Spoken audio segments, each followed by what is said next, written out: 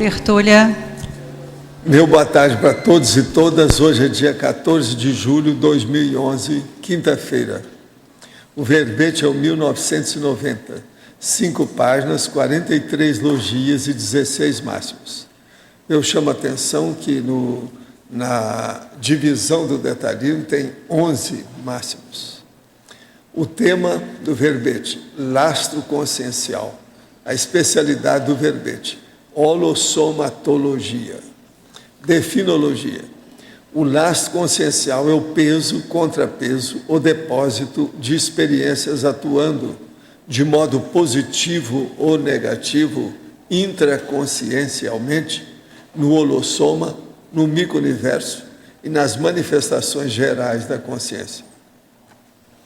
A tática pessoal em aceitar ou descartar os conhecimentos e as experiências, a triagem inteligente das realidades na existência dia a dia, os reboques holossomáticos prescindíveis e os ainda imprescindíveis, o lastreamento bioenergético inicial na consciência pré-ressomante, o lastreamento bioenergético intencional do psicossoma para as projeções assistenciais, o deslastramento bioenergético na bitanatose, o psicossoma patologicamente lastreado, favorecendo a parapsicose pós-dessomática, o veículo de manifestação consciencial mais denso, sendo o lastro de veículo mais sutil.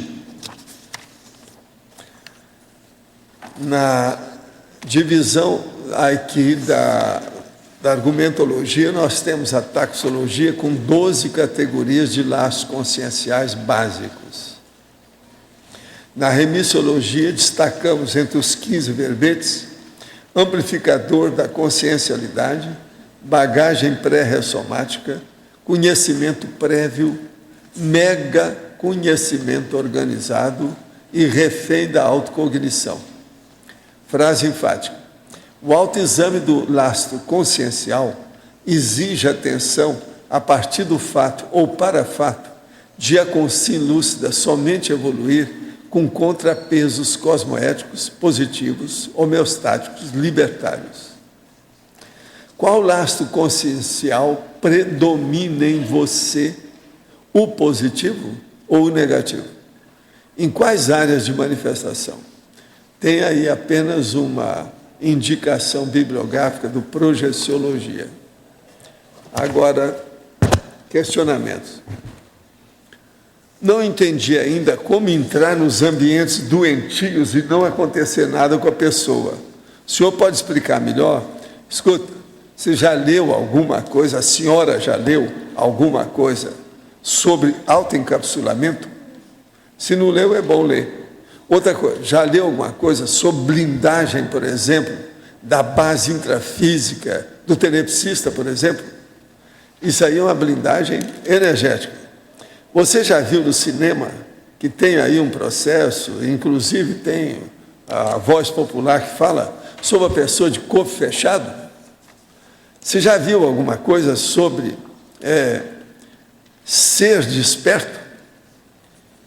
Pensa nisso, tudo tem sua razão aí, você vai pouco a pouco entender que tudo isso é possível e com muito mais força e muito mais racionalidade. Faço muitas projeções conscientes, apesar de não ter muito conhecimento técnico do assunto. Gostaria de saber por que, quando estou projetada e chego perto do mar ou rio, eu simplesmente perco velocidade e retorno para o corpo.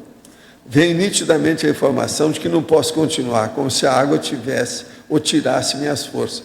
Olha, isso tudo é tolice ainda, você precisa estudar mais. Seria bom você ler o livro Projeciologia e fazer umas pesquisas.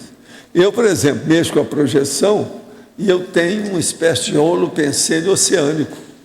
A água me faz bem. Outra coisa, você já foi tudo quanto é bicho submarino e aqueles bichos que são da terra e não, são os híbridos e da água. De modo que a gente com água, outra coisa, o seu corpo tem no mínimo, 86% de água. Então, que tolice é essa? Se a água é boa, não tem nada. Aí tem alguma coisa nisso. Agora, você está falando que não tem muito conhecimento técnico, então é bom ter, para você entender mais. O que significa a palavra paracérebro? Olha, o prefixo para significa que é extrafísico. Então, esse é o cérebro extrafísico. Então, por exemplo, uma pessoa sai pela projeção consciente, igual que a nossa amiga estava falando aí agora. Como é que ela sai? Qual é o cérebro que funciona nela, se o cérebro está no corpo? É o paracérebro que comanda o cérebro humano. De modo que é isso aí que significa o paracérebro. Agora, existe toda uma ciência hoje, que nós já falamos muita coisa a respeito, que chama paracerebrologia. Outro aqui. Se eu for intermissivista, então devo estar sofrendo de alguma patologia que me coloca na condição de intermissivista inadaptada, conforme dúvida respondida anteriormente. Foi ontem, né, que nós falamos disso. Sendo assim, mesmo sem saber se sou ou não intermissivista, seria útil participar do primeiro Congresso Internacional Intermissivista?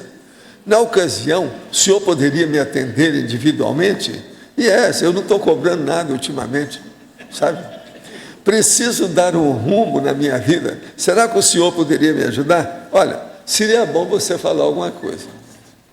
Você vai ver agora o meu chefe nesse assunto. Eu tenho aqui um superior. Ele vai falar com você. A proposta do Congresso é justamente essa, é fazer a convocação de todos os intermissivistas, inclusive os adaptados, os inadaptados e os semi-adaptados também. Então, é realmente fazer essa grande encontro, esse grande encontro. E os super-adaptados. Os super-adaptados também. Então, às vezes, por falta de informação, é que a pessoa não se sente isolada, se sente inadaptada. Então, aqui você vai poder trocar uma série de ideias, vão ter uma série de apresentações também, onde você vai ter mais informação para que realmente possa aí ajustar a linha da sua vida, da área de atuação. Então, com certeza, você não vai se arrepender. E, mais especificamente dos inadaptados, não chega bem a ser isso, pelo menos temporariamente, a gente pode considerar, são os retomadores de tarefa. Nós vamos ter 4 apresentações muito interessantes, todos os estudos de caso, em que você também vai poder trocar muita ideia, muita informação. Então, sem dúvida, você não vai se arrepender. Agora, ó, super adaptados. Tem aqui a Rosa, tem aqui a Pilar, tem aqui a Adriana. O Mário, você acha? Também. Então, por aí vai. Agora, eu não sei, eu tenho minhas dúvidas a respeito do Carcamano, meu amigo de tanto tempo, mas tudo indica que ele também está. Mas como? Agora, gente, é preciso falar então com o Ami, ele não está aí não, né? Que o negócio é aumentar lá o processo. Preciso te falar, os verbetes.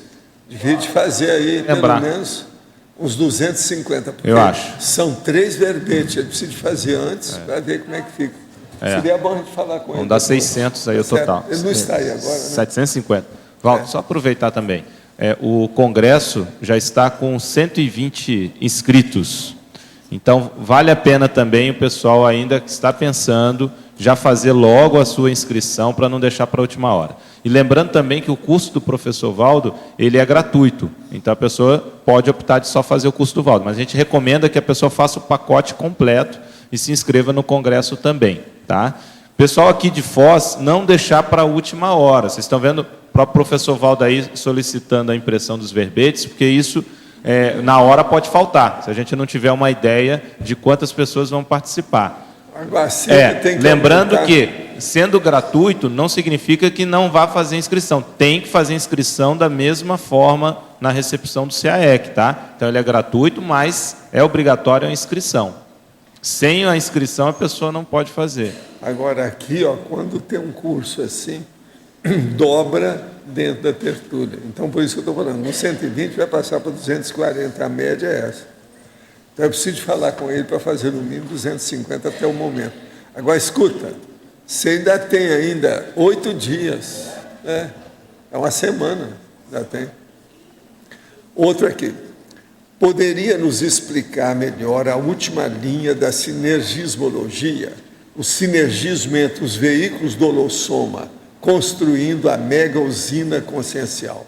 O caso é o seguinte: os veículos do holossoma são o soma, o energossoma, o psicossoma e o mentalsoma. Agora, o que se passa? Todos esses veículos, eles mexem com energia, mas o energossoma é que é o especializado da história, o titular. Agora, quando existe uma interação pacífica da consciência, o micro-universo consciencial dela, mais assentado, harmonizado, com equilíbrio, o que acontece? Há um sinergismo. Então, há uma potencialização das energias, construindo, então, dentro do micro-universo consciencial, a partir do holossoma, uma verdadeira Itaipu. É isso que nós chamamos da mega usina consciencial, é o Itaipu. Você que é médico, você vai entender o que é que eu quero dizer com isso. Então, pensa bem, todos os veículos de manifestação da pessoa, vamos dizer, tudo ali com convergência e afluxo natural de todos os interesses e das energias e da sinalética da consciência para o mesmo mega foco. Fala. Valdo, só aproveitar mais um esclarecimento do Congresso, só lembrando o seguinte: quem se inscrever no Congresso, automaticamente já está incluído o curso do professor Valdo, tá? Então não precisa se preocupar. É somente se a pessoa não for fazer o Congresso, for fazer só participar do seu curso, que ela precisa sim fazer a inscrição. Lembre-se, o tertuliário tem as portas sempre abertas. Tá? Ele não fecha. Li o verbete sobre inveja, achei muito interessante e importante para a evolução. O senhor já sentiu inveja em sua vida? Se sim, de quem? Olha, essa semana eu falei que eu morri de inveja aqui, depois eu ressuscitei. Hein? Mas olha, mas o meu foi inveja. Pois é, eu estou falando é inveja. Agora, o que é que foi a inveja? Apareceu aí o nosso amigo da Rede Globo com as máquinas de filmagem super avançada. Eu trabalhei com isso durante muitos anos, mas era de uma pobreza infinita em relação com o Jean que teve aí. Ele tem os processos super avançados. E outra coisa, ele é avançado porque ele dá aula para os outros sobre filmagem.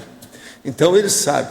Agora, os detalhes que eu vi da máquina dele, com o processo todo hoje avançado, e outra coisa, não é nada dessas coisinhas pequenininhas, essas michuruquinhas aí de vocês, que aparecem aquelas coisinhas desse tamanho assim, que vai sumindo. Não, negócio grandão, de macho, coisa para valer. Eu falei com ele: Jean, estou babando de inveja por essas máquinas. Você brincando com ele, mas foi mesmo. Realmente as máquinas do homem são fantásticas. Então, veja, a gente sente inveja sim, por exemplo, e eu procuro não ter inveja de serenão, de evoluciólogo e de alguns dos meus amigos e amigas que são mais evoluídos que eu aqui. Essas coisas a gente tem que estar segurando a barra, né, para não avançar, na avançada, né, da raia. O senhor poderia falar em paradoxologia, página 38, terceira linha, o paradoxo do domínio dos reto-energossomas, agilizar o domínio do neo-energossoma. Quem gosta disso é você. O caso todo, você quer falar sobre isso? Você é especialista no assunto. Reto-energossoma e neo-energossoma. Porque o retroenergossoma é aquele energossoma que você já teve. Que a cada dessoma, toda vez que a gente morre, descarta o soma, a gente perde o energossoma e a gente vai ganhar um novo a cada vida. Então, o paradoxo ele fica aqui no seguinte: no momento que você dominou os energossomas antigos, que já foram descartados, você vai agilizar o uso do novo. Então, é uma coisa antiga que já está descartada, mas que em algum lugar essa informação ela está guardada com você e vai te agilizar a você hoje dominar mais as energias. No livro Manual da TENEPS, o senhor diz que ela é a maior forma de assistência que existe. Seria a TENEPS maior que a assistência de grandes doações de dinheiro às necessidades? Sim, totalmente. Por quê? Poderia falar um pouco?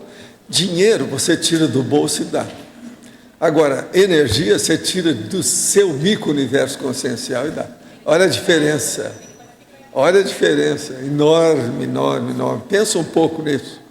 Você vai começar a entender.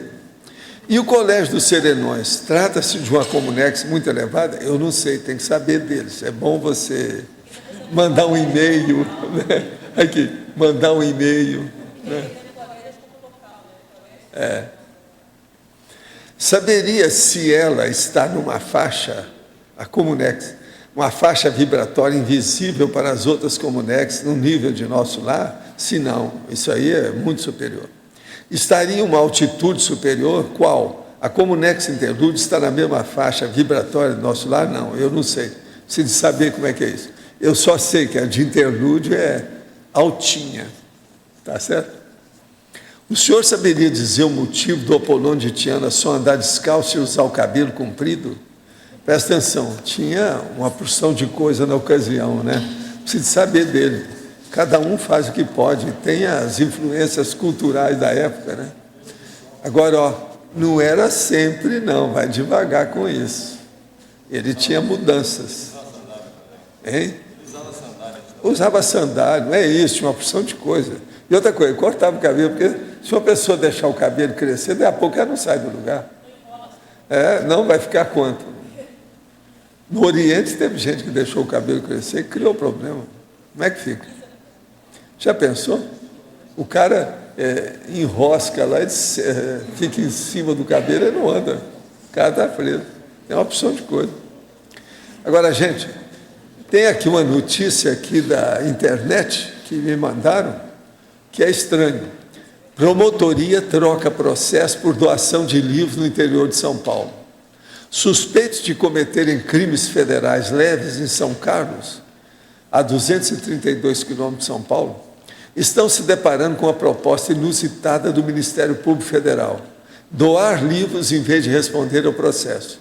O acordo começou a ser proposto há 7 meses para casos em que a punição seria inferior a 2 anos e para suspeitos sem antecedentes criminais. Se enquadra nessas situações crimes com falso testemunho, contrabando, descaminho e desacato, por exemplo. Até agora, 3 processos já terminaram em acordo e 80 novos livros chegaram às prateleiras de biblioteca do município. Um quarto acordo foi fechado na semana passada e renderá mais 1.650 livros, valor que serão divididos em 10 vezes. Olha, eu acho que divide, apertar, isso está muito pouco esse negócio, Bola. A cadeia, por causa de 1.650 prata por livro. Outra coisa, que livro que é? Esses meliantes estão mandando livro de assassinar os outros? É livro de criminologia? É livro de cometer assassinato? É livro de serial killer? Precisa escolher também esses livros com calma, aqui não está falando. Segundo o procurador Ronaldo Rufo Bartolomazzi, 34, que desenvolve a parceria com a Secretaria de Educação de São Paulo, o acordo é facultativo e pode ser feito antes do início do processo ou durante o andamento. De acordo com a secretária de Educação de São Carlos, Lourdes Moraes, os supostos infratores escolhem os títulos de uma lista elaborada pela pasta. Já melhorou. O futuro doador vai à livraria, compra os livros conforme o valor da multa e leva à secretaria. E, se quiser, entrega na biblioteca. Mas é bom ter acompanhamento. Né? Eu nasci em Minas Gerais. O projeto de São Carlos foi inspirado em um que existe em Presidente Venceslau desde 2010. O juiz Silas Silva Santos, 34, decidiu aplicar a doação de livro no lugar das cestas básicas em caso de crimes leves, como porte de droga e lesões corporais. De acordo com ele, em um ano foram doados 1.000 livros a 16 escolas. Isso tudo ainda é pouco, né? Mas é bom, a ideia é interessante, vamos ver. Agora, vamos ver se os caras não vão pegar os livros depois e tocar na cabeça dos outros, né? O que devemos fazer com pessoas que puxam o nosso tapete profissionalmente? Olha, cada caso é um caso. O primeiro é esquecer, passar por cima. O segundo tem advogada para esses casos. Perdi minha função por motivo de fofoca e calúnia. A corda sempre arrebenta do lado mais fraco. A impressão que dá é que essas pessoas saem ganhando. Será que, sem querer, dou chances a elas de fazerem isso? Como trabalhar a energia para afastar esse problema da minha vida? Primeira coisa, perdoa os outros e vai em frente. Cuida da sua vida, que geralmente não tem nada. A gente não deve ligar para a opinião pública demais. Antes de mais nada, tem que ligar para a opinião da pessoa e ver o que você está fazendo. Olha por que está acontecendo. Outra coisa, os profissionais podem trabalhar independente uns dos outros. Ninguém precisa de tascar na sua vida ou invadir a sua vida. Como posso desenvolver o parapsiquismo? De que maneira abrir o fronto chakra? Poderia indicar um bom livro de parapsiquismo? Já comprei quase todos os seus. Estou gostando muito. As informações acima irão me ajudar muito. Olha, seria bom você ler um livrinho meu que chama Projeções da Consciência, né? Para começar a ver alguma coisa. A dúvida é sobre o lastro consciencial. O livro Memórias de um Suicida diz que o suicida geralmente só passa pela segunda dessoma após terminar o tempo de vida programado durante seu planejamento de ressoma. Poderia explicar se é verdade? Não, eu não acho que seja assim. As coisas que a gente vê não correspondem a isso. Um ou outro caso pode ser, mas isso não é regra.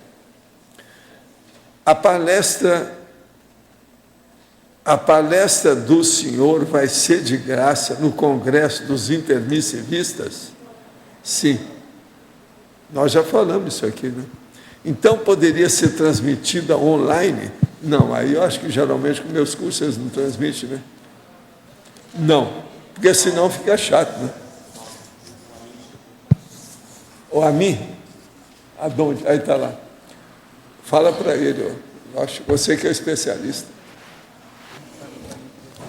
A mim já tem 120 inscritos no Congresso, mais ou menos pela média o histórico, o cálculo é que no curso do Valdo vai ter o dobro. Então, é melhor fazer por volta de 250 verbetes. É isso que ele te deu, né? Então, eu estou só te alertando. 250 verbetes, acho que é o mínimo aí. Mínimo uns 250. Como são 3, você tem que fazer 750. Paciência e caldo de galinha, não faz mal para ninguém. Ele tem muita paciência. Ele é o irmão gêmeo do Jó, sabe? É, antigo. Agora, gente, hoje eu queria falar que tem duas pessoas aqui que têm me ajudado muito e que hoje elas estão completando seus 17 anos de grande glória, sabe, evolutiva. Então, o primeiro é o Floriano, que está aqui, e a Cida também, que está por aqui. Olha lá, a Cida e o Floriano. Floriano é aquele moço que está ali, ó. Ele finge que tem cabelo branco lá, ó. Aquele que está lá. Tá certo?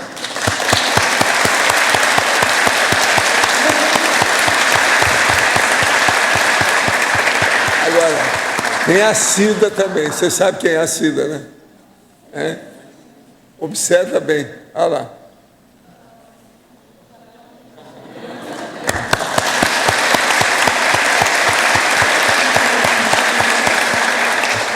Quer dizer que essa fila aí é dos aniversariantes hoje. Olha lá, sentado tudo pertinho do outro. Vocês estavam sabendo disso? Hein? Nada, né?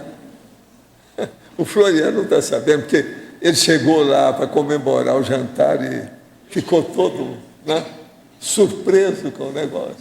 É ou não é? Agora, gente, vamos então, voltando aqui ao lastro consciencial. Onde é que nós ficamos nessa história? Como é que fica isso? Sim. Página 39, na taxologia número 9, lastro pensênico. O penúltimo item, que começa a partir da segunda linha. A unidade de medida da fundamentação da argumentação lógica de peso lastreadora da realidade. Você pode aprofundar isso, hein? O caso todo é o seguinte. Qual é essa unidade de medida da fundamentação da argumentação lógica de peso?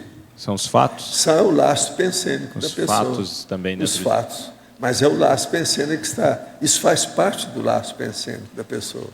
Que é os fatos, o conhecimento, a cognição, a experiência, a vivência. Enfim, o exemplo que a pessoa dá. Na verdade, aqui o processo mais sério é de exemplo. E esse lastro pensênico é que é? Porque aqui não tem lastro exemplificativo. Esse aqui é ele. Entendeu? Então, esse é o caminho. Agora, ó, seria bom também você ver aí, nesse mesmo laço pensênico, antes, está escrito assim, a mundividência engessada. Isso é terrível. O que é a mundividência engessada? Qual que é o nome que a gente usa mais para isso? Tem um nome. É o A priorismose. fechadismo, né? A priorismose é que é isso. Então, é muito importante entender esse outro lado patológico para nós entendermos o lado homeostático.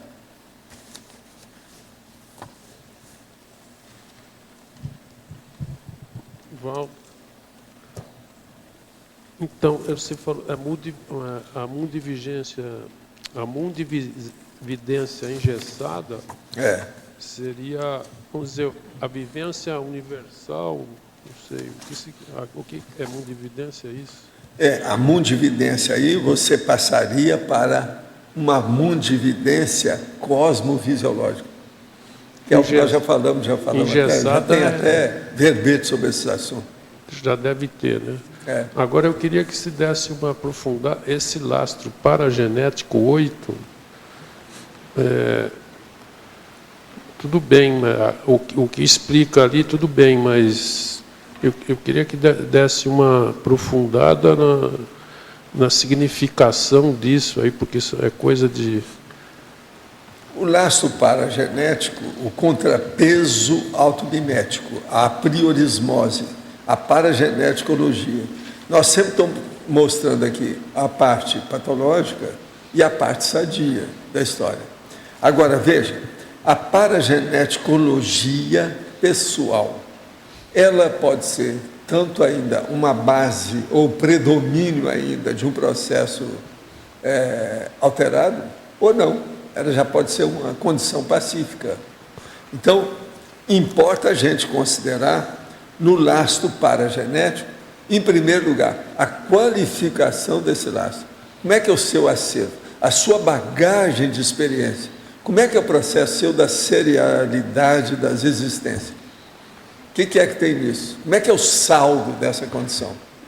Agora, por exemplo, se você for falar do saldo da ficha evolutiva pessoal, ela resume isso tudo, ela seria a síntese disso aí. Então, mas existe sempre uma confusão do genético com o paragenético, né?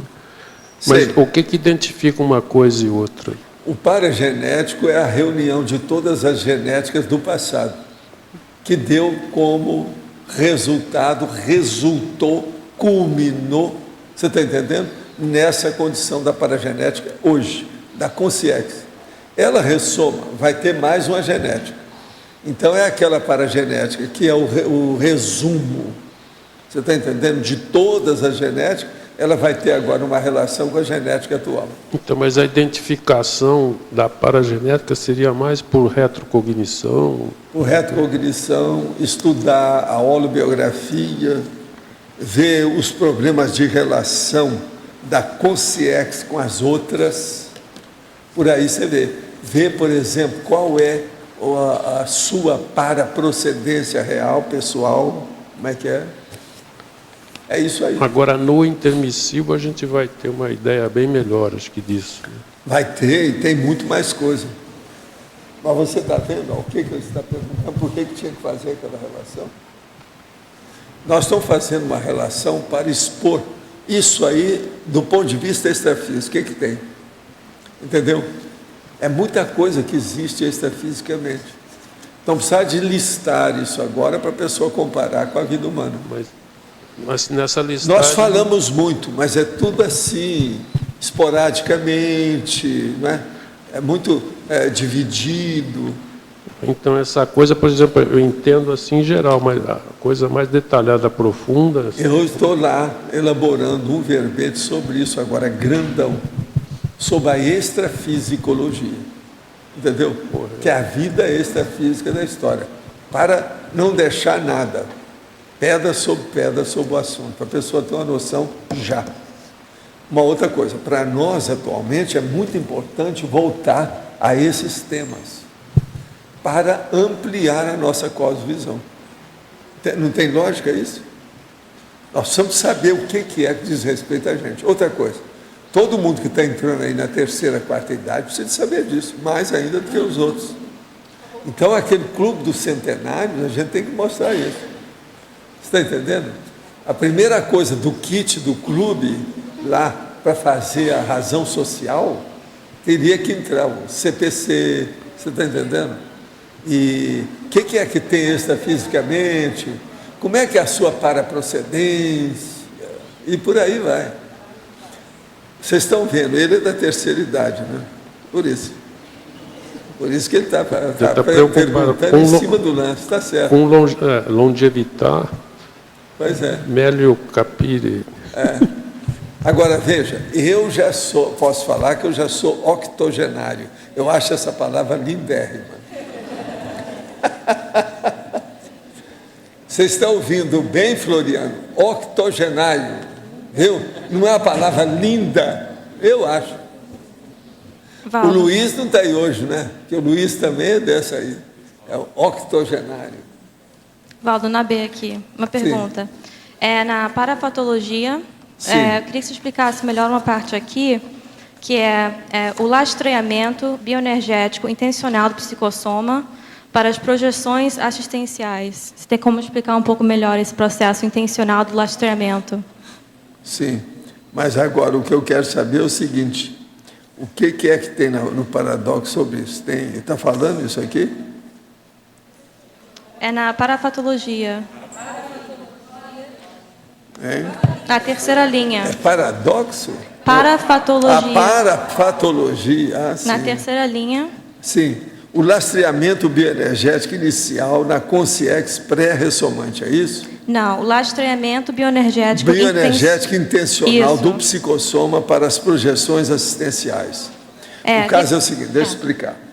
Eu tive muita experiência disso aí, somente na década de 70.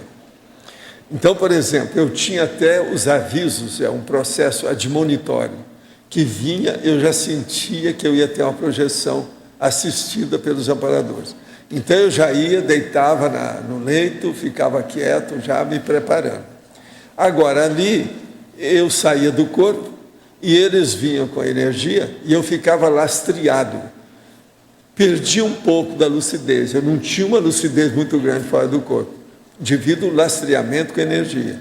Então, a gente ia fazer, por exemplo, um resgate de uma consciência na baratrosfera, alguma coisa nesse sentido. E eu cedia as energias de bicho. A melhor coisa que eu tenho são as energias de bicho. Muitos de vocês já têm outras energias acima do bicho. Mas comigo eu sou bom nesse negócio de energia de bicho. Então, a gente cedia aquilo. Agora, conforme a experiência, aquilo dava certo, ia tudo bem, eu tirava aquele lastro, começava a ficar mais lúcido fora do corpo. Porque aquilo pesa, você está entendendo? Quando o psicossoma está muito lastreado pelas energias que saem do soma, a pessoa não tem lucidez muito grande. Ela praticamente não tem jeito de mostrar os cons, as unidades de lucidez dela. Então, o que se passa? Na hora que havia aqueles processos, e havia o resgate, e um resultado bom, aquilo saía bem, o que acontecia? Eles me davam uma folga, falavam assim, você pode rodar por aí e fazer uma gazetinha. Então eu fazia uma excursão extrafísica, porque eu já estava tudo lúcido, e vinha para o corpo com lucidez total, entende? Isso me ajudou muito, meus estudos. Eu já preparava uma espécie de pauta extrafísica para o meu trabalho, entende? Eu falei assim, primeiro que eu tiver chance agora, eu vou entrar nessa. Foi assim que eu estudei o processo das trilhas energéticas, o problema o processo de ter volitação e o tipo de volitação, os lugares. Eu vi uma série de condições com isso aí. Você entendeu aí o que quer dizer? Então, lastro é uma coisa séria em matéria de psicossoma. Pesa e cria problema. Professor Valdo. Sim. Rosa, aqui. Na página 39, item 10, quando o senhor fala do lastro pré-ressomático, essa Sim. identificação todas essas características que o senhor coloca aqui, quando houver mudança, por exemplo, de geopolítica, etnias, profissões, há condição de se sentir esse permear desse Depende. lastro? Depende. Primeira coisa, se a Consciex, presta atenção, ela ainda não está na ressoma, Consciex. Se ela já tem uma noção do futuro imediato dela, o que vai acontecer? Aonde ela vai aparecer? Quem é que vai ser o pai e a mãe? Como é que vão ser as condições de vida? Ela vai ter irmão? De que modo que é o ambiente? Ela já foi à casa onde ela vai nascer? Como é que é a situação lá? Qual vai ser a cidade, o bairro, o local da infância dela? Então, se acontece isso, muita coisa a pessoa já sabe antecipadamente. Você entendeu? Então, esse planejamento já é... Veja bem, o meu caso, bastante eu sabia de tudo. Por quê? O meu pai estava separado da minha mãe. Tinha que juntar os dois para eu poder nascer. Está entendendo? Agora, teve uma circunstância trágica que acabou juntando, e a gente não esperava aquilo, ninguém esperava. O meu pai teve um bicho de pé no dedo mínimo do pé esquerdo, e aquilo, ele tinha diabetes, não sabia que tinha diabetes, e aquilo infectou, o negócio ficou, sabe o que é bicho de pé, né? Sim. O negócio infectou, ficou ruim, teve que cortar, fazer amputação do dedo. Mas aquilo não adiantou nada. Começou a dar, então, o processo aquele processo da seca, a gangrena seca, e veio para o pé, pela perna dele acima. Ele teve que cortar na coxa cá em cima, para ficar livre. Entende? Porque se foi cortando, não adiantou nada, a gangrena foi subindo. Então, ele ficou então com a perna só. Para trabalhar como dentista era um problemão. Aí o meu avô, que era o sogro dele, o pai da minha mãe, permitiu que ele voltasse para casa. A minha mãe topou, então voltou o casal. Aí foi que eu nasci. Então, veja, para eu nascer, o meu pai perdeu a perna. Mas não tem nada que ver uma coisa com outra, não. Uma situação que aconteceu. Haver uma reconciliação, né? Você está entendendo? Agora, com isso, o meu avô não deixou que ele ficasse com a minha mãe. A minha mãe estava grávida, para você ter uma ideia. Aquele negócio rígido de Minas Gerais, do interior, sabe como é que é? A coisa, na época que o fio de bigode valia tudo, né? Sabe como é que é? Então, o meu pai casou e tinha umas mulheres tudo em cima dele, que ele era querido por todo lado. Então, o que se passa? Com isso, o meu avô viu aquilo, mandou o cara passear. Não, com a minha filha, morando com ela, você não vai viver desse jeito. Agora, depois ele perdeu uma perna, não dá mais para ele pular a cerca. Sabe como é que é? Então aí ele falou, não, agora não tem jeito, eles receberam, porque não tinha mais desculpa de não receber o homem. Entende? Foi assim que eu nasci. Então presta atenção. Entendi. Tudo isso Aí o senhor já sabia é um negócio de tudo isso, tragicômico. Mas primeiro, é uma tragédia. Ele sofreu muito com o negócio de perder a perna. O resto da vida dele foi problemático. Eu nunca vi meu pai com duas pernas aqui nessa dimensão. Eu conheci antes. O senhor no extrafísico já estava participando dos acontecimentos? Eu já sabia de tudo. A minha diferença para minha irmã são 12 anos de diferença. Ela nasceu 12 anos antes de mim. Eu nasci 12 anos depois dela. Outra coisa, esse meu pai não era chamado de pai pela minha irmã, porque quem criou a minha irmã foi o meu avô. Eu chamava o vovô Felipe de vovô. Ela chamava o Felipe de pai. Você está entendendo? Porque foi ele que criou, porque 12 anos. Quando meu pai voltou para casa, a filha dele já era uma menina, adolescente, tudo, sabe? Mas eles sempre se deram bem, nunca tiveram problema, não. Sobre essas coisas nunca houve. Mas o papai dela era o vovô Felipe. Entende? Isso é a vida, né? Interior, aquela época, o que o povo pensava, né, o jeito. Você entendeu, né? Então, como é que fica? Agora, no meu caso, eu já sabia de tudo isso. Agora, o pior da história foi a hora que eu falei essas coisas todas para minha mãe.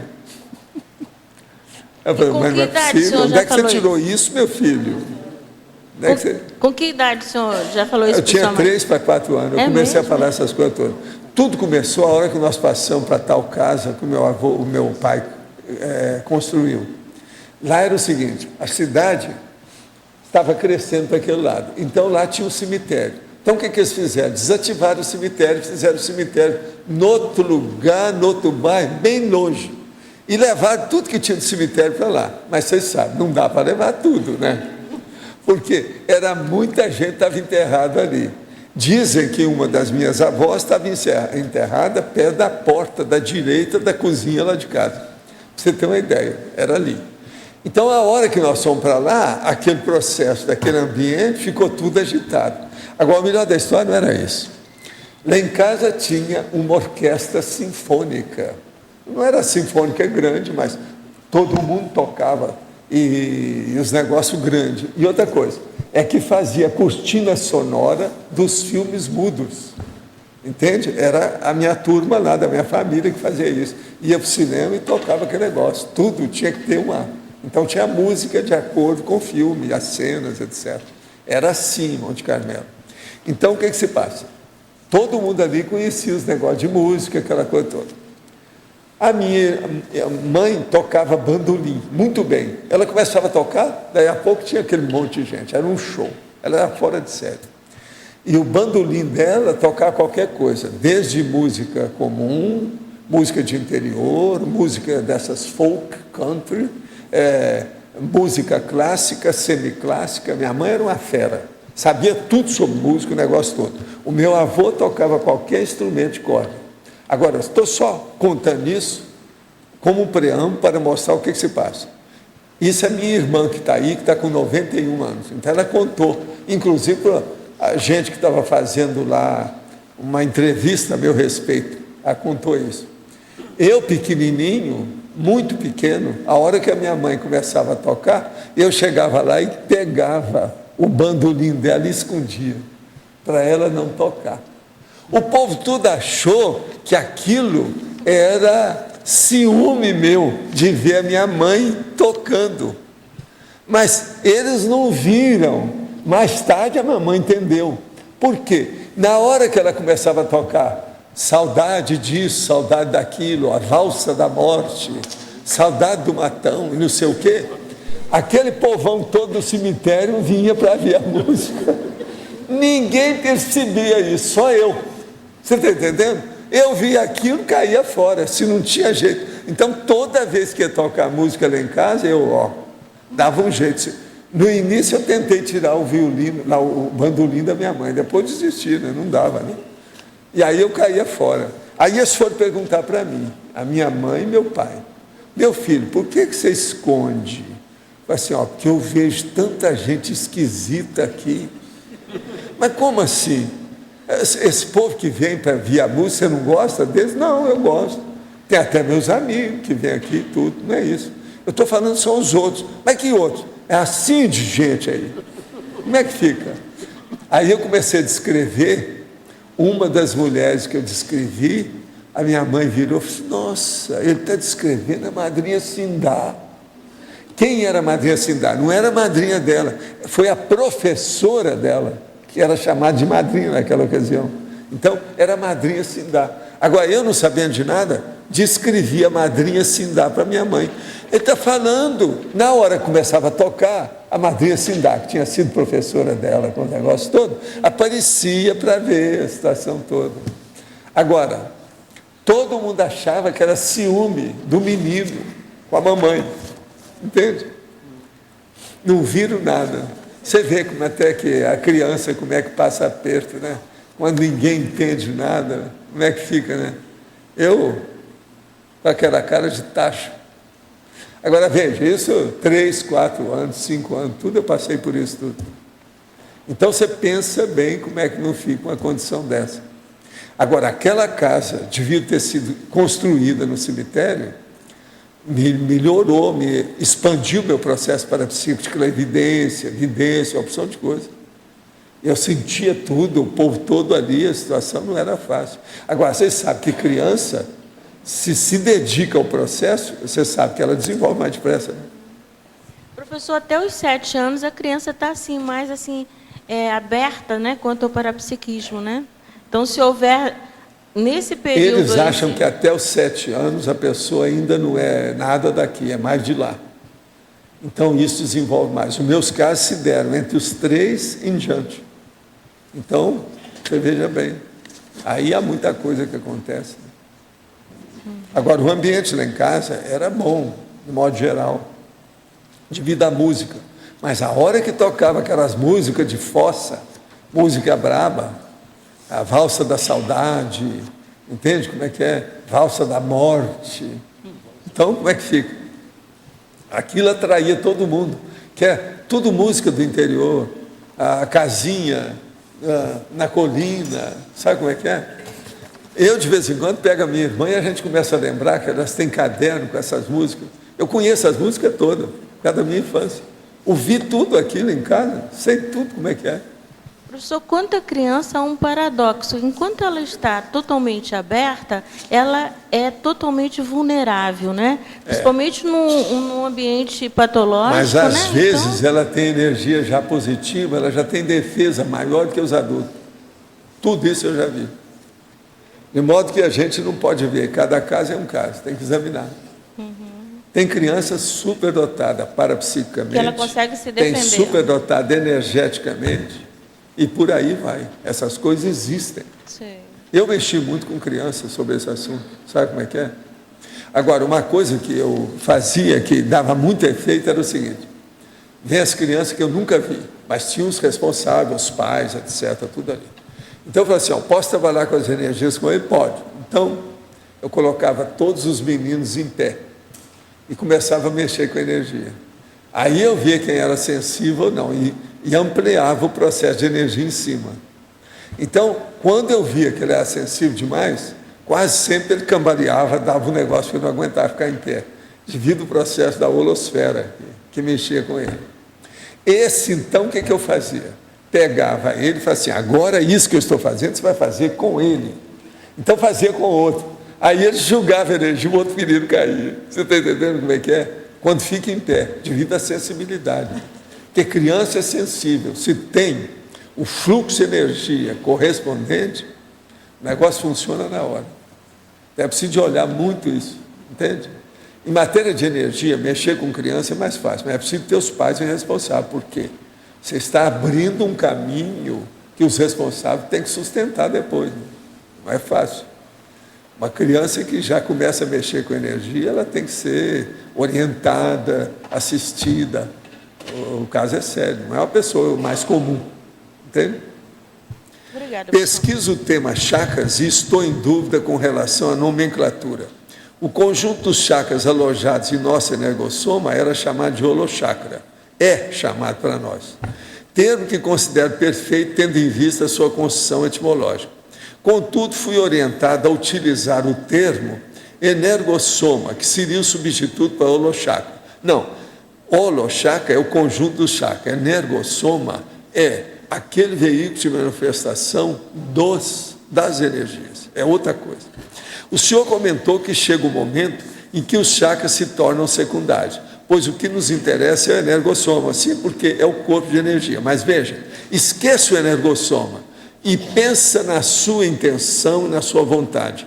Aí você vai dominar muito mais energia do que qualquer outra coisa. Quando a pessoa dispensa isso tudo, chakra e energossoma do corpo, do soma, etc., tal, ela domina mais o processo. Ainda não estou nesse patamar. Devo me referir àquilo que era chamado de holochakra como energossoma? Não. Mesmo sendo de opinião que há diferença entre os dois, sim, presta atenção. Holochakra é o conjunto dos chakras. Energossoma é o corpo da energia. Então, tira isso da sua cabeça. Chakra são biofortes de energia. É como se a pessoa tivesse vários, vamos dizer, fontes de energia no corpo. Isso são chakras. Cada um deles tem um nome. O senhor comentou que a paragenética é a reunião de todas as paragenéticas do passado e das genéticas do passado. Não é só a paragenética, não. É a genética do passado. Eu entendia que a paragenética estava relacionada com a procedência extrafísica da vida anterior. Também está, não está errado. Mas não é só isso, está tudo aí. O problema é você ver isso de uma maneira composta, por atacado. Entende? Olha bem por aí que você vai entender. Eu estou inscrito no SCP-2 que ocorrerá nesse final de semana. Já estou sentindo muitas repercussões. Cansaço, melancolia intrafísica e desânimo geral. Isso costuma acontecer só para quem tem assédio. O que eu vou falar aqui? Acha que eu devo fazer algum eufemismo? Se puder falar um pouco do ECP2, as suas recomendações vão ser muito importantes. Quando o senhor ministrava esse curso, quais eram as repercussões que tinha e a dos alunos inscritos? Olha, o ECP2 foi feito para dinamizar a cognição e a vivência das energias da pessoa que não sabe mexer com isso. De modo que você não tem preparo da história. Você está fora de forma, do ponto de vista parapsíquico e energético. É isso aí que se passa. Você precisa mais do ECP2 do que a média.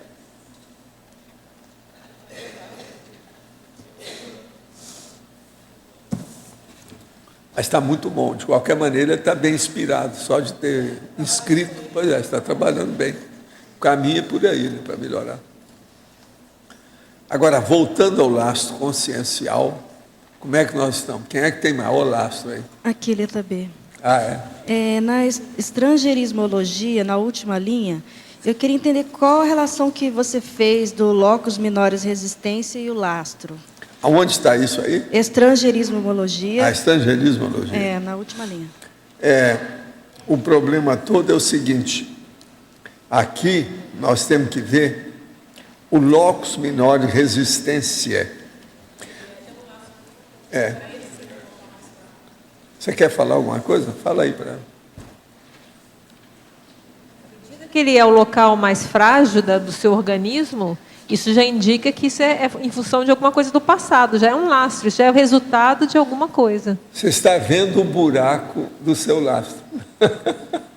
Entende? Na hora que você estuda isso, que é o local de menor resistência.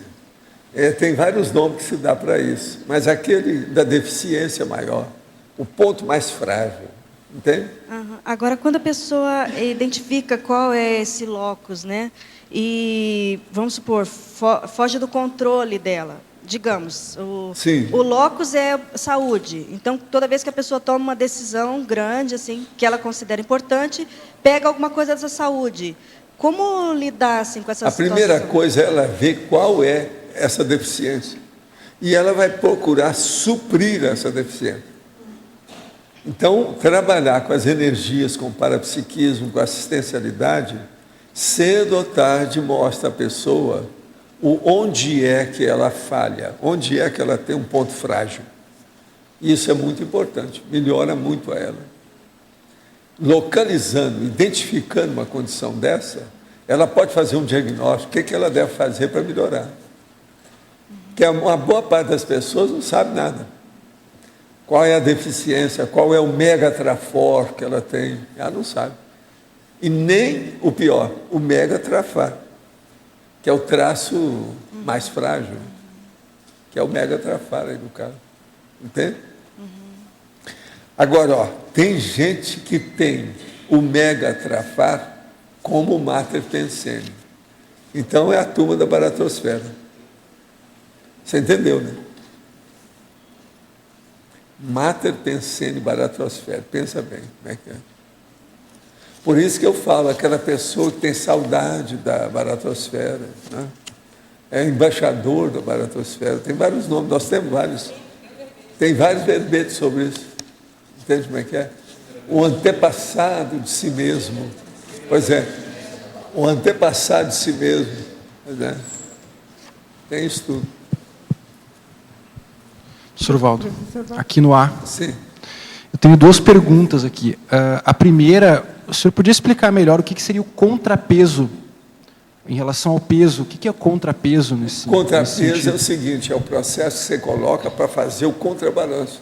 Uma balança, por exemplo, tem contrapeso, você tem que fazer como é que é.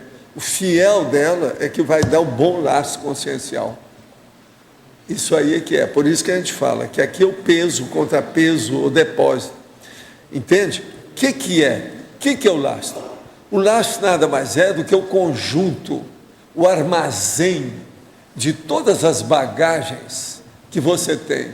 Então, que você acumulou, que você adquiriu, as conquistas suas das vidas anteriores. Entende? Então, você pensa bem no que é isso. Então, o contrapeso ele é positivo, é algo que Não, aí alivia o peso. depende da pessoa para ver o que é. Mas ela, às vezes é o peso só, às vezes é um contrapeso que já está melhorando, outra hora é o depósito das experiências, que são boas, depende do que é. Entendi. O que eu quero é chamar a atenção que o lastro, e outra coisa, logo em seguida eu falo, de modo positivo ou negativo, intraconsciencialmente. Por exemplo, existe o peso positivo. Uma pessoa que tem um lastro grande, de muita experiência parapsíquica, é um peso sério no caso dela. Isso aí ajuda na presença, a força presencial dela, tudo isso. Entende? Sim. E a segunda pergunta, como se relaciona o lastro consciencial com o temperamento da consciência? Relação com o temperamento. O quê? O lastro. O lastro com o temperamento. A primeira coisa é ver a tendência da pessoa. Ela tem que examinar qual é o mater pensene dela e qual é o mega trafor que ela tem. Não é isso? Aquilo que nós falamos aí, que o Roche gosta de lembrar isso tudo, porque eles falam muito disso lá na PEX. Isso é básico. Qual é o mater pensene da pessoa? Agora, o ideal é que a pessoa tenha o mater pensene, presta atenção, o mega grandão, mega trafor da pessoa, que ela tem o mega foco, a mega focologia básica no mesmo nível, que ela tem a autoproex dela objetivando esse mega foco, está entendendo? E outra coisa, que ela se dedique a maior parte do tempo dentro desse mega foco. É o exclusivismo. Então, o holopensene dela começa a funcionar tudo a favor. Por quê? Tudo que ela se relaciona diz respeito àquilo. Então, por exemplo, eu não tenho uma vida totalmente boa sobre esse aspecto, mas já está chegando perto. Por quê? Tudo meu diz respeito à consciência. Mas não é a minha consciência, presta atenção. A consciência em geral. Então, com isso, todas as coisas que ocorrem são afluentes para o meu rio principal. Você entendeu o que quer dizer? Então, com isso, tudo fica, vamos dizer, subserviente ao texto essencial básico, aquele foco, cerne, olho do furacão, o núcleo da vida. Então pensa bem, esse texto núcleo do meu micro-universo consciencial, faz meio século que eu só penso nisso, com respeito a mim. Você está entendendo? Por isso que é que eu vou mexer nisso, por isso que eu tenho, por isso que eu consigo algumas neoverpons, devido ao processo de estar fixado dentro do problema. Então, agora veja, isso seria uma ideia fixa? Até um certo ponto, sim. Isso seria monoideísmo ideológico? Até um certo ponto, sim. Só que não tem nada negativo. Eu não sofro com isso. É aquele negócio que a gente fala do monk. O cara tem o toque. Por quê? Ele gosta de tudo daquele jeito que ele acha que é o certo. Mas ele sofre com aquilo. Ele quer consertar o mundo. Ele é perfeccionista. Ele é o workaholic e outras coisas mais. Eu tenho isso, que era a coisa correta, mas naquilo que me diz respeito. Eu não vou bater na cabeça de vocês para consertar aquilo que eu vejo que está errado. Tem que ir devagar com isso. Então, professor Waldo, Não, eu posso até puxar a orelha, mas não vou nessa. Eu não bato na cabeça, eu não dou coque, nem nada. Pode dizer, então, que você entendeu o que eu quero dizer? Sim. É a mesma diferença do toque. Sim, então, sim. por exemplo, existe esse toque dele que é totalmente patológico. Já, por exemplo, vocês poderiam chamar que eu sou um cara que tem um toque. E vocês estão caminhando para ter um toque.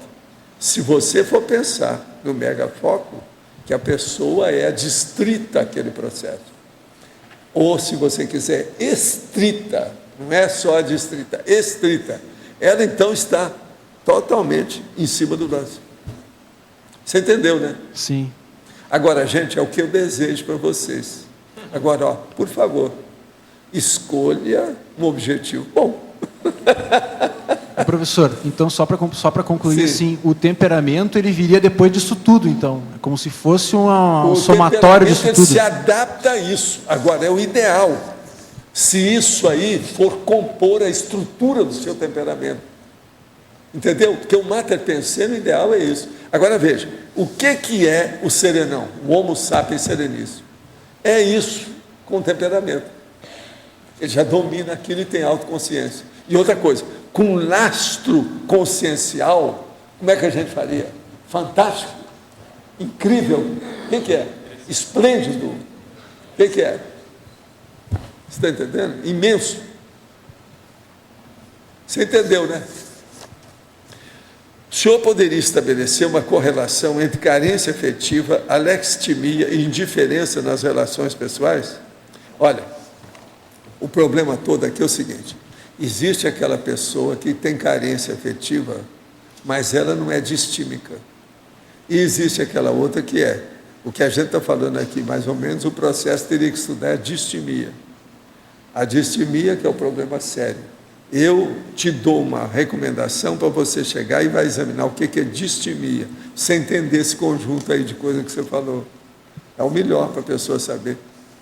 E outra coisa, é um processo já, nesse nível, totalmente psiquiátrico. Né? Pegando a escala evolutiva como referência, quando é que o senhor acha que não tem jeito? O mega trafor vai ser o mater pensando da pessoa? Olha, eu penso que a coisa começa a ficar assim de uma maneira bem clara no evoluciólogo. Eu acho que aí já não tem muito mais erro. Sabe por quê? Ele já viu tanta coisa perturbada que ele não quer entrar mais em perturbação. O evoluciólogo sabe mais isso do que a gente. Então eu penso que ali, eu acho que já virou profissional, não é isso? Já está num nível titular, de alto nível. Então, antes... Já não é mais um amador ou um diletante. Ele não é um jejum, um diletante, um estudante. Então, do evoluciólogo para baixo, a gente está ensaiando ainda isso, é isso? Todos nós estamos aqui. Aqui, ó, esse povo todo aí, você está vendo? Ó. Te apresenta a minha família. Entende? Ô Beth, você me perdoa estar falando da minha família, porque aqui tem mais gente que a sua lá, mas você sabe, faz parte do serviço. A minha família, ela tem genética variegada, quer dizer, multifária, variada, você está entendendo? A sua não é tanto assim, a dela é mais consanguínea, a minha é multissanguínea. Aqui, ó, é isso aí. Cada um faz a família que pode. Quantos são lá na sua família? Quanto que é que dá? Pois é. 195. 295. Eu estou caminhando para isso aqui com jeito, né? Vamos ver, né? Vamos ver. Vamos ver no dia aqui do... Não, vamos ver no dia do curso, já tem isso. Professor, Sim. Aqui na B, letra B, página 36, fatologia. Segunda linha, os reboques holossomáticos prescindíveis e os ainda imprescindíveis. Você sabe o que é reboque, não sabe? Perfeitamente. É o chamado trailer. Agora, holossomáticos, aqueles que já são dispensáveis e aqueles que não são. Então, veja, às vezes a gente é obrigado a participar de religião, como é o meu caso. Outra hora tem que trabalhar e funcionar na defesa, como é o seu caso. E por aí vai. Agora, pouco a pouco, a gente vai ficando livre disso e vai caminhando para o lugar mais sério. Com isso, nós dispensamos certos reboques e vamos exaltar outros que a gente não dá tanto valor. Eu e você estamos dando valor agora para os reboques conscienciológicos, cosmoéticos. Obrigado. Está bem claro? Clareou bastante. Nada como a gente ser cobaias recíprocas. A gente se entende. Obrigado. Cuidado com esse cara aí perto de você, que ele também está com os reboques dele, fazendo uma força danada. Estou aprendendo muito com ele. É um Olha privilégio. Bem, a sociologia, a politicologia. Exatamente. Vamos ver como é que fica isso. Mas olha, quem é o próximo agora? Quem é que está com o microfone? É a nossa... Professor, aqui no ar. Sim. Pegando o gancho do nosso amigo lá, tem um filme, acho que o senhor já viu, A Missão, com o Robert De Niro. Que ele, ele entra para o jesuíta e vem na América do Sul. Ali tem uma experiência que eu acho que mostra muito a questão do lastro, e isso que ele está falando do reboque. Quando ele carrega a armadura dele toda da guerra, que ele era um soldado e entra, e aquilo atrapalha tanto a vida dele, que ele está subindo a montanha, ele cai, aquilo puxa, aquilo vai, e o cara luta com aquilo, e é toda a armadura dele que ele era soldado, que ele matou o pessoal. Enquanto o jesuíta lá em cima não corta aquela corda, e ele chora ainda, porque ele vê toda aquela armadura dele indo embora, que as memórias dele que estavam ali, e estava quase matando ele na subida aquilo. Então, agora, ó, todo mundo tem esse lastro assim, vamos dizer, de mau cheiro, sabe? Pouco a pouco ele vai limpando. Agora, aqui, ó, é um lugar para enxaguar. Aqui o banho é de enxaguar. Estamos enxaguando consciências aqui, uns aos outros. Só que às vezes tem um apego danado nesse lastro, né, professor? Às vezes as pessoas têm apego e não querem largar as lembranças, por piores que sejam. Agora, uma coisa muito interessante que tem nisso é o processo do gargalo. Em pouco tempo a pessoa pode ultrapassar o gargalo, e a hora que passa melhora tudo. Fica outra consciência, outra personalidade, outro temperamento, tudo muda. Então, a compreensão do processo do laço consciencial pode fazer com que a pessoa ultrapasse o gargalo evolutivo mais depressa. Isso ajuda demais. É o que nós trabalhamos muito aqui, né? Todos esses debates, todos nossos, é por aí. Mas o que você queria? Não, eu queria entender assim, quando a pessoa está sempre envolvida em determinadas situações de crises, até grupais, que às vezes ela não tem nada a ver com aquilo, mas ela sempre se vê em determinadas situações assim. Isso significa que o rastro dela ainda está muito ectópico, atraindo essas situações? Não, ela ainda tem ainda alguma culpa no cartório, né? Por isso que está enrolada dentro do processo. Agora, às vezes, se ela se sente bem dentro de si mesma, intraconsciencialmente, mostra que ela já está, vamos dizer, forra. O nome é forra, né? Na escravidão, não é isso? Houve uma alforria, e ela ficou forra. É o escravo forra. Forro, quer dizer, aquele que se libertou. Tá. Então o negócio tem que ver aí como é que está dentro da interprisão grupo kármica. O laço consciencial pode revelar muito o processo da interprisão grupo kármica. Tanto a interprisão pode mostrar o laço, como o laço pode mostrar a interprisão, entende? Uma coisa ilumina, ou exemplifica, ou esclarece a outra. Isso é sério. Você entendeu, né? Não, estou entendendo. Professor, Adélio aqui na frente. Basicamente dá para dizer que é o lastro que determina o nível de evolutividade da pessoa, ou o lastro não é tão diretamente... Teria que estudar a qualificação do lastro, né? Não, a profundidade dele do ponto de vista de atuação na evolução. Por aí você pode dizer que ele realmente especifica a evolução. Porque, com certeza, o serenão mais evoluído vai ter um lastro muito mais positivo, muito mais... Vai. Então, basicamente, você pode averiguar o seu nível... A pessoa é a bagagem evolutiva dela, né? Vocês não acham? É. Então, sendo isso, é o lastro. Não tem jeito. Agora, nós temos que ponderar mais esses assuntos, esses temas, com mais detalhe, para ver nuances que a gente não dá muito valor. O que a Apex está fazendo, em parte, é isso.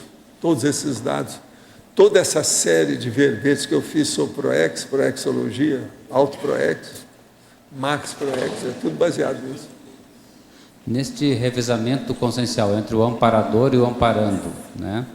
Aproximadamente, ambos têm um lastro similar, teoricamente, né? Sim. Porque você reveza um da vida para o outro. Então, o lastro, de certa forma, é similar entre ambos. É.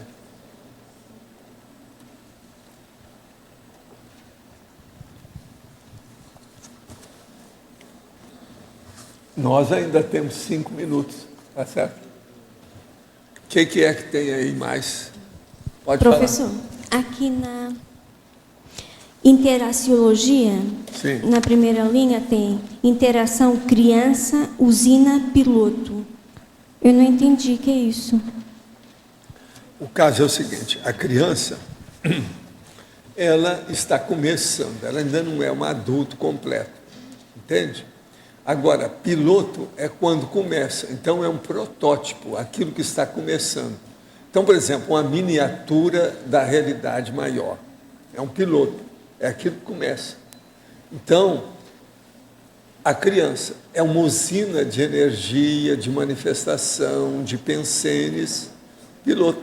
Quer dizer, pequenininha, miniatura, que está crescendo, aquilo vai aumentar. Por quê? Ela ainda não recuperou todos os cons. A criança nunca tem todos os cons dela como consciência. Por quê? Ela pensa muito pequeno, o cérebro é pequenininho, está crescendo. Entendeu?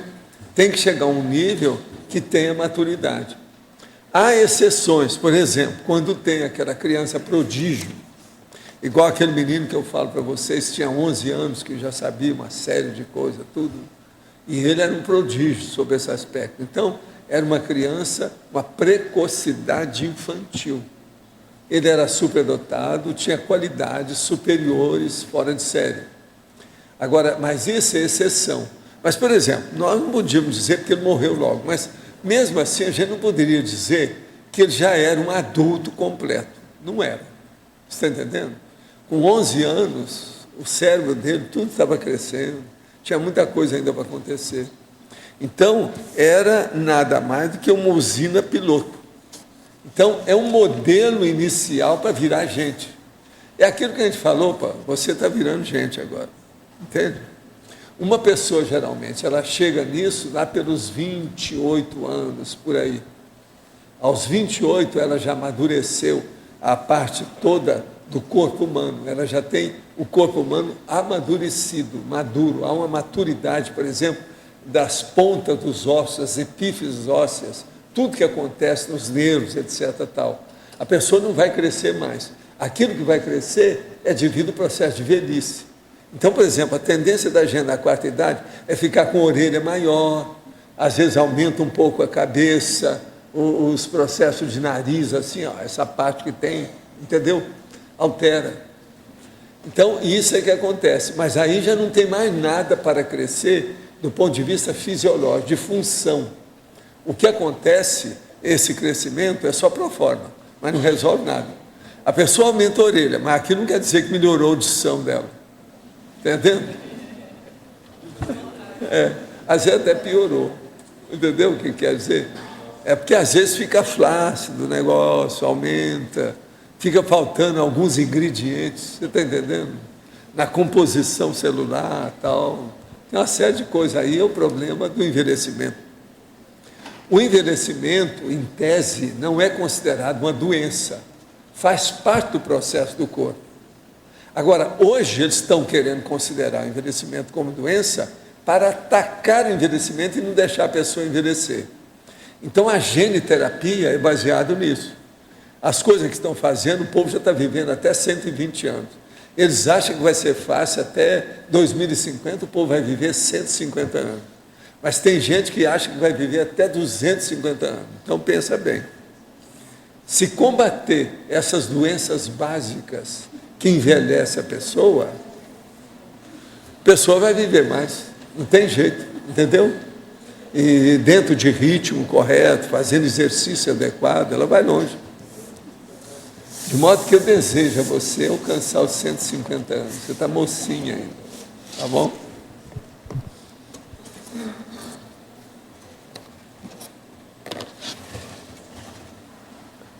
Está tudo aí, então? Tá tudo. Pessoal, nós pedimos, por favor, para desligarem os celulares e não teclar o computador na hora da mega euforização. Obrigada.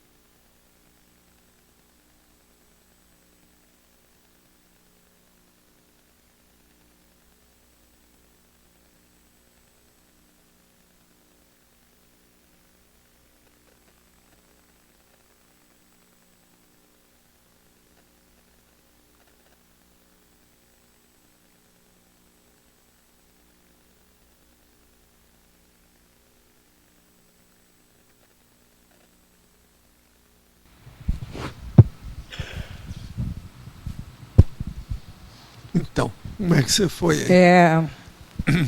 Eu fiquei surpresa com o convite, né, que fui sorteada para a mega euforização. E o que eu senti? O cardiochakra logo disparou, e quando eu sentei aqui estava assim, um pouco, ainda disparado. E o meu pensamento foi todo em cima, assim, de uma pessoa que eu conhecia no centro da cidade, e que comecei a falar o porquê que eu estava aqui, porquê que eu vim do Rio de Janeiro para aqui.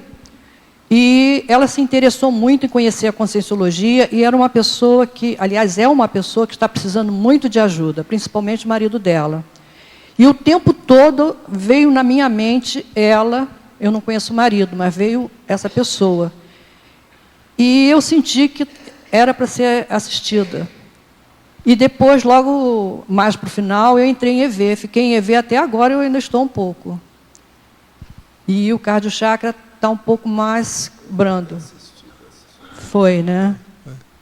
Então está correto. Eles assistiram aí. Muito sério. Principalmente teve o marido. Que mudava o fluxo da energia bem forte. Né? Ficava mais intenso. Isso, e eu entrei, não sei se teve umas 3 vezes, muito sério aqui. Isso, eu cheguei até a sentir o soma balançar um pouco. Porque dá a contração no corpo. É assim mesmo, por causa da energia. Você cedeu energia. É isso. Agora, e você, Rose, como é que foi? Em termos de percepção, logo de início, eu já percebi bem forte vindo a energia daqui. Engraçado, a sensação era que isso aqui fosse mais alto. Vinha forte e intermitente. Então, sentia... Aí, depois parava, ficava mais suave. Daqui a pouco vinha outra, forte, várias, né? Assim, como se fosse várias ondas, assim. Eu senti um pouco do cardiochakra, mas eu não estava sentindo, então não sei se foi um pouco de influência que ela comentou ali que ela estava sentindo. Aí eu comecei a sentir também. Mais para o final, eu senti como se o meu rosto estivesse meio que deformando assim. Isso é por causa da energia. Né? É o ballonnement.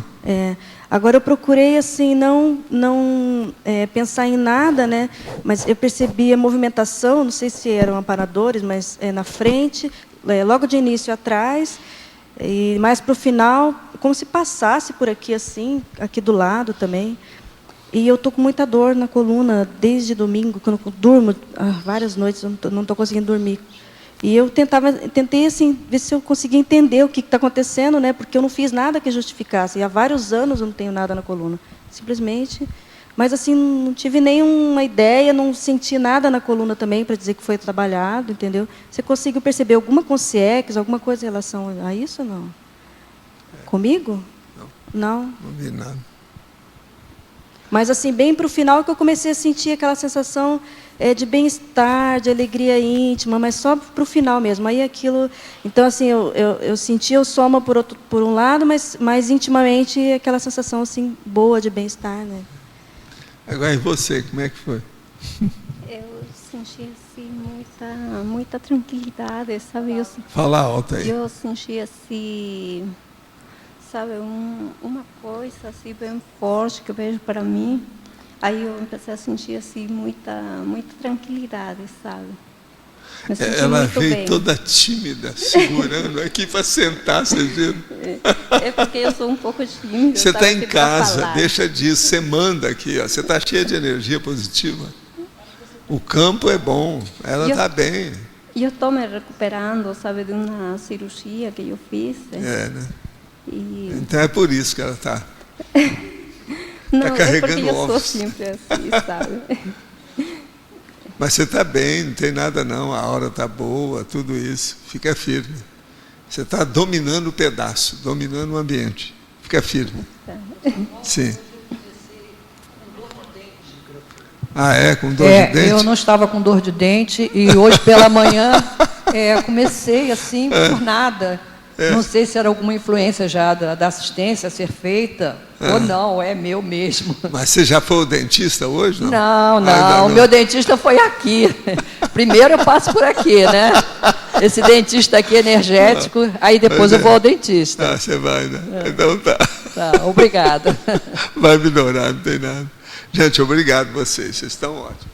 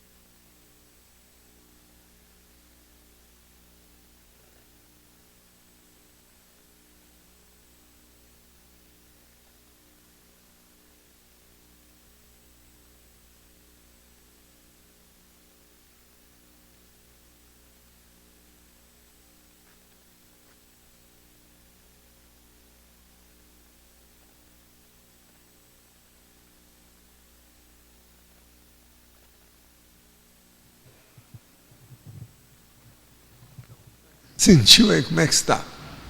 Bom, eu senti mexerem aqui na parte occipital do chakra frontal, só que na parte traseira aqui.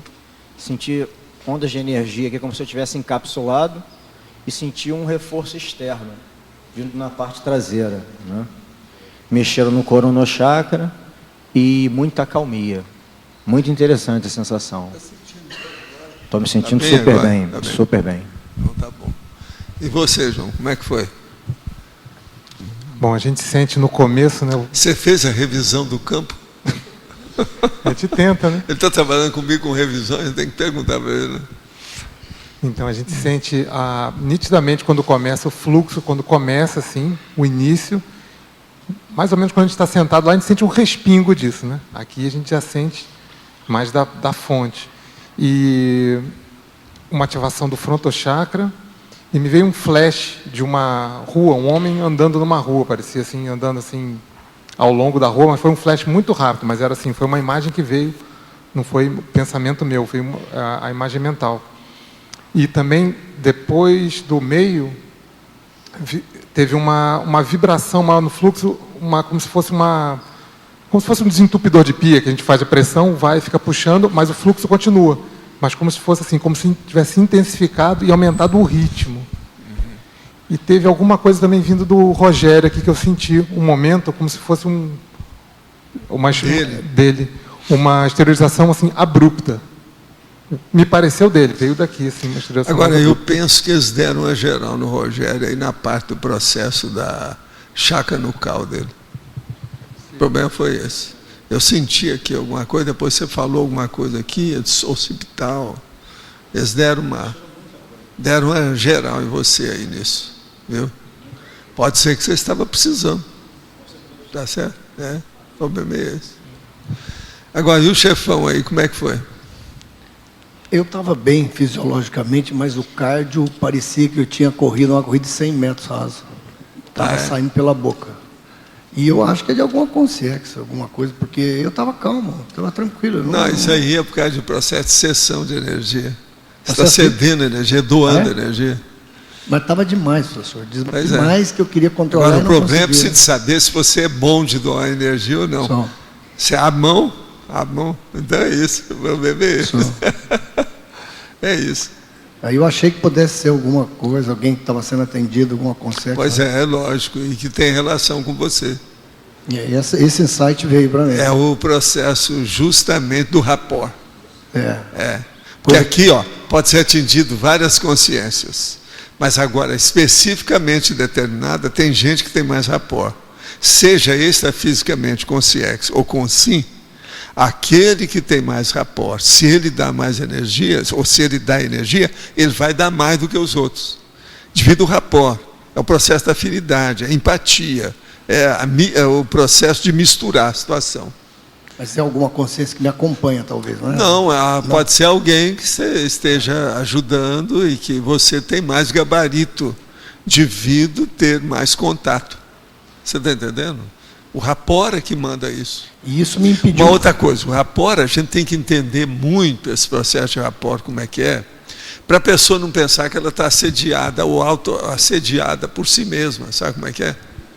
O problema, às vezes, é assim, porque a gente começa, quando você começa a ajudar demais outra consciência, você pode estar sentindo que ela vive. Isso, às vezes, você pensa que é você. E a situação cria problema. Assimila. É assimilação. Tudo isso é assim. E aí ficou um pouco assim complicado para perceber a energia do campo. Conforme eu fui procurando controlar isso... Agora você está passando bem agora? Está sentindo bem? Aí do meio... Geralmente é o seguinte, dá altos e baixos durante o campo, uma opção de coisa. No fim, aquilo acalma tudo, pacifica, impressionante. etc. Foi assim, é sempre assim. Foi o campo é desse jeito que se acalmando. E do meio para o fim, eu comecei a sentir a energia que vinha do senhor para cá. Você assim, vê o leve, sutil. Aí já é a geopolítica da energia. Mas foi bem sutil. O processo da procedência do dínamo. Então foi bem sutil. Eu precisava dar uma ferida, assim, para começar a perceber uma brisa que vinha. Pois é. Entendeu? E às aqui em cima, isso. não sei se o senhor percebeu alguma coisa, formou alguma coisa em volta da cabeça, assim, ficou uma energia localizada bem no tampo. da cabeça. Pelo menos eu tive essa sinalética, bem em cima, sabe? Distância de um dedo, assim, bem no alto. Agora, eles mexeram muito com você e mexeram muito com o Rogério. Entende? E ele aí cedeu muita energia. Esse cara já é quase serenão, né, professor? É, mais ou menos. Agora, ele está aprendendo revisão, né? Agora.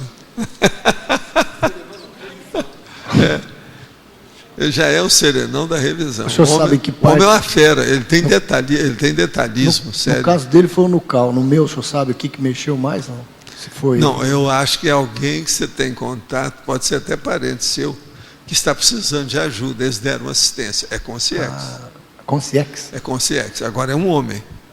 O que eu vi é um homem, entende? Dentro das suas coisas.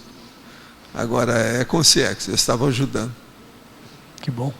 Nós falamos muito aqui de lastro, né? Falamos do povo também do Nordeste, etc. As coisas lá da Bete. E tem o laço da família também, né? Sei lá, né? Laço de família dos mais sérios que tem, né? É o processo da família nuclear básica dessa vida. Agora, você sabe, às vezes é um primo distante, da terceira linha, terceiro grau. Ele é primo de terceiro grau, não tem isso? Primeiro, segundo, terceiro grau. Esse é primo de terceiro, pode ser alguma acaba coisa se assim. tornando, às vezes, o primo pensei, né? É. Caminha por aí. Mas quer dizer, vocês estão bem agora, né? Então tá. Muitas graças, valeu. Professor Valdo.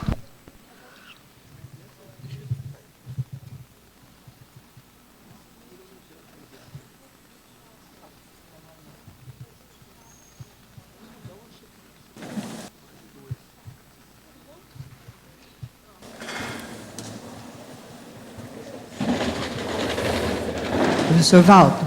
Sim. Aqui no B. Pode falar. Eu percebi uma paracirurgia, a extirpação de um tumor cheio de sangue e senti também muita doação de energia, ectoplasmia pela boca. O senhor tem algo a acrescentar nesse sentido? Eu não vi nada, porque eu estava mexendo muito no campo.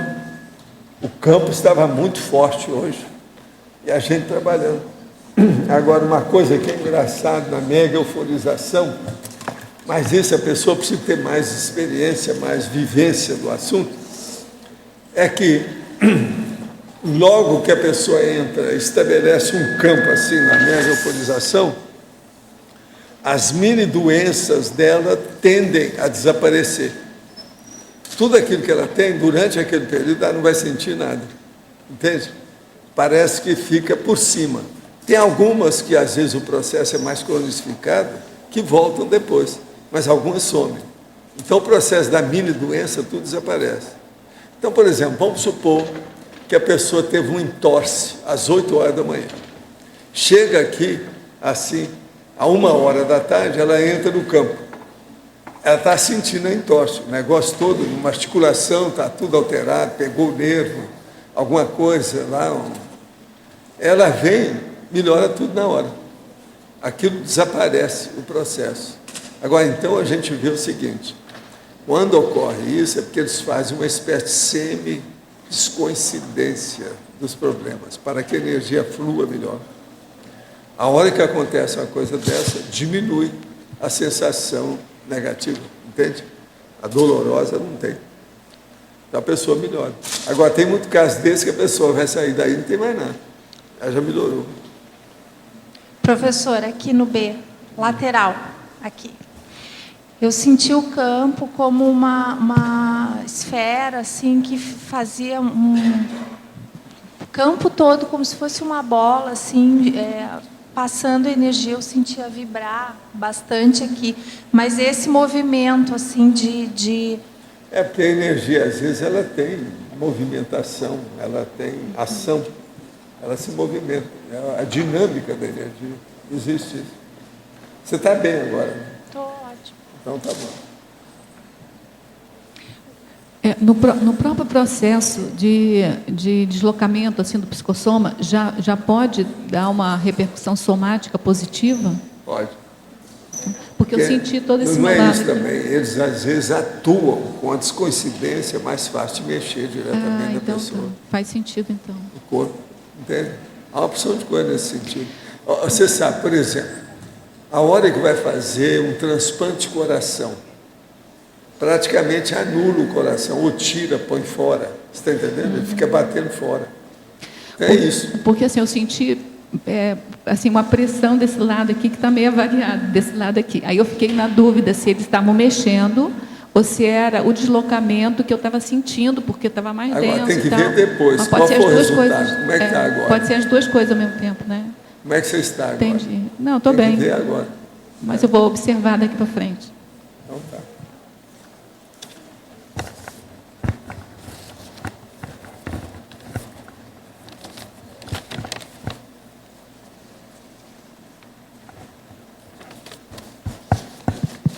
Professor Valdo? Alô? Aqui. Pode falar, Cíntia. Quando a gente está aqui assistindo a mega euforização... Como é que é? Quando a gente está aqui assistindo a mega euforização, é recomendável, e pode, né, não sei, fazer esterilização, absorção, Te EV, vira. Desde que você tenha coisa. boa intenção, você pode pular o Mas, carnaval. assim, não aí. tem o problema de você fazer a absorção e correr o risco de pegar algum processo de alguém ali. Não, não vai ter nada disso. Aí as consciências estão de olho. Entendi. Estão de olho em tudo. Tá. E outra coisa, uma pessoa de Uberlândia não vai passar isso aqui, né? Como é que é? Não é possível. Uma pessoa de Uberlândia, uberlandense, não vai nunca passar uma coisa dessa. Tá. Vai ser muito bem recebida na área. Tá certo? Fica firme. Tá tudo bem.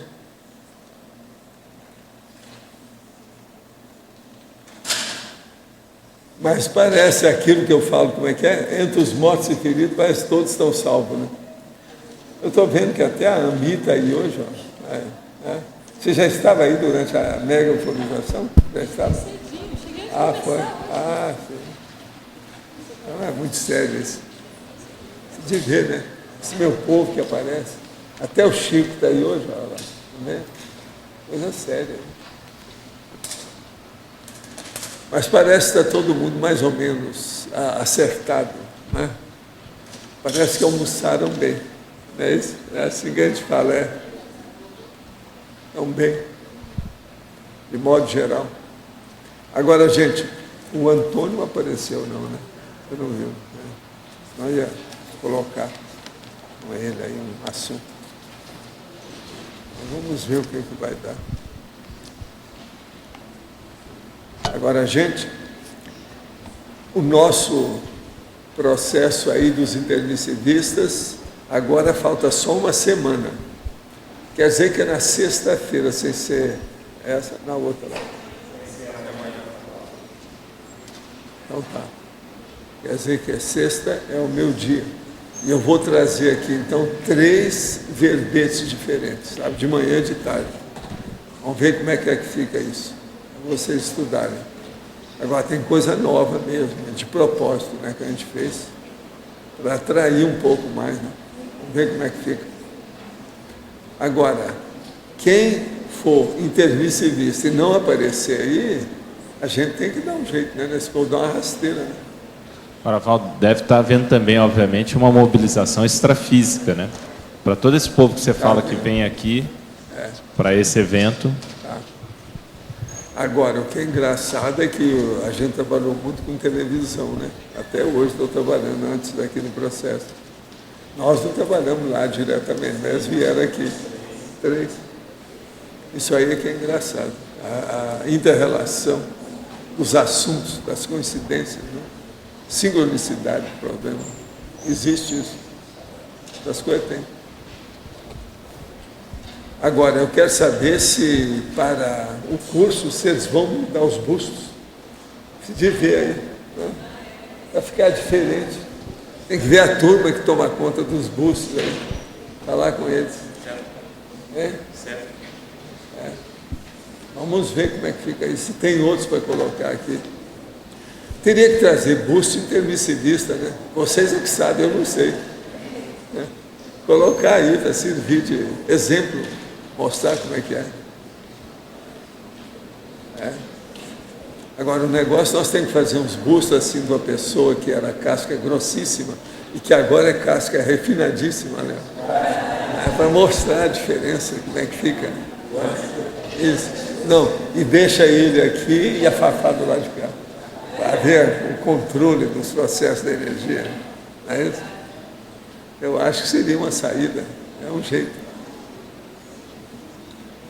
Agora, ele tem melhorado mesmo nessa história, bem sério.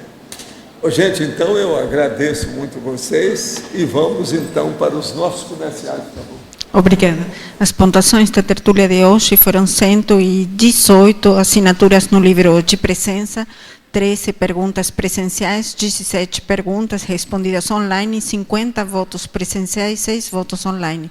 Hoje temos 5 recados.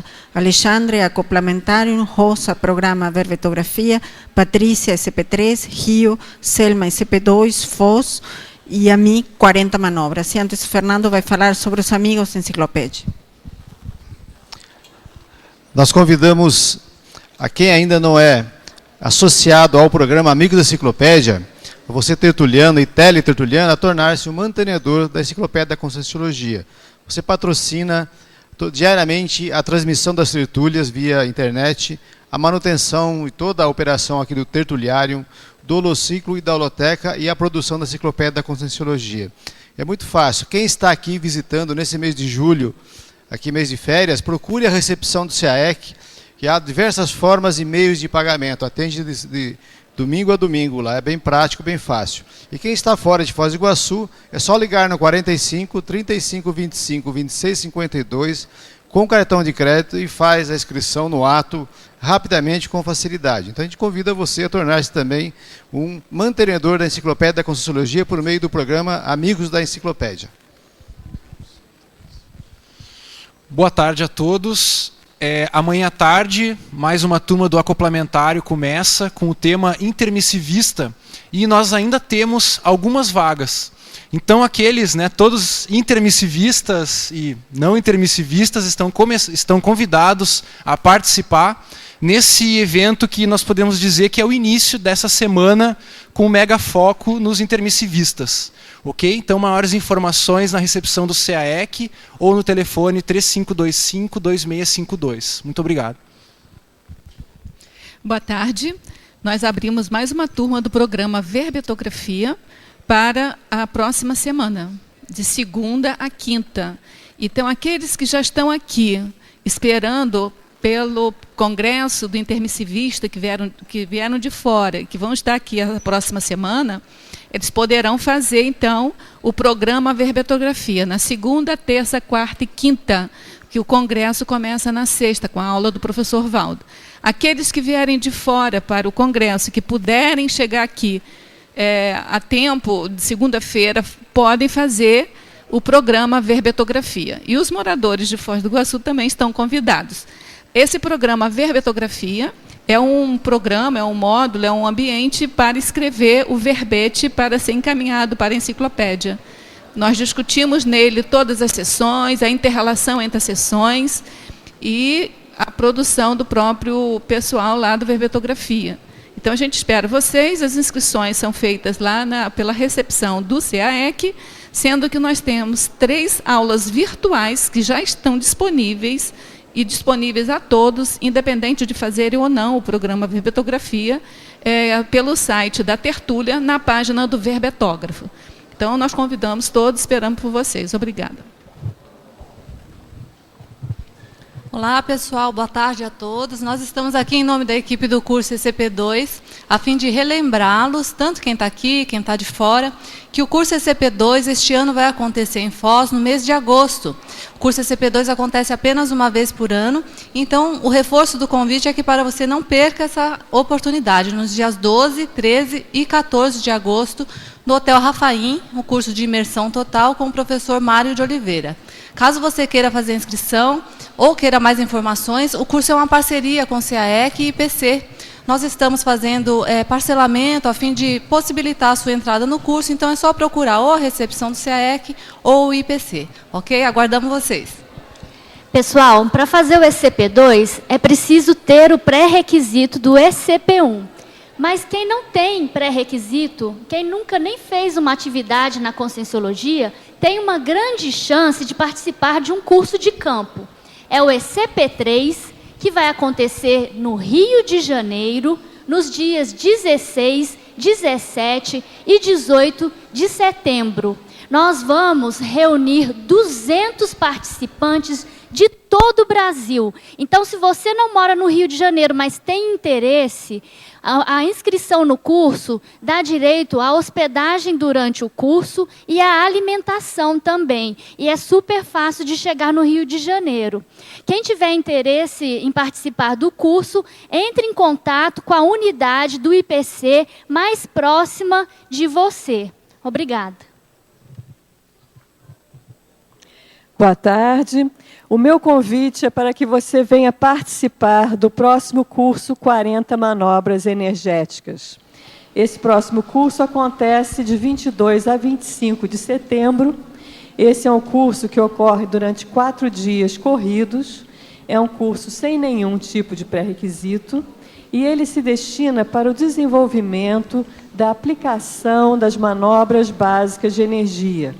Ele está voltado tanto para aquela pessoa que não fez nenhum curso, como para aquela pessoa que já conhece as energias, mas que gostaria de dar um upgrade no seu uso das energias, para se sentir mais seguro, para usá-las a qualquer momento, em qualquer circunstância interassistencial que se apresente no dia a dia da pessoa.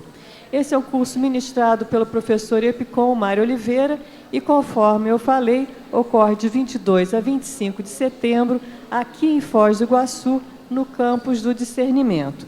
Mais informações no recepção do SEAEC, telefone 45 35 25 26 52.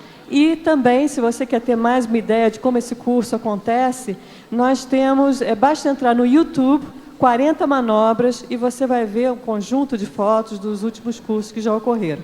Obrigada e até lá. O verbete eleito para amanhã é estudiosidade, especialidade autodiscernimentologia. Obrigado e boa tarde a todos.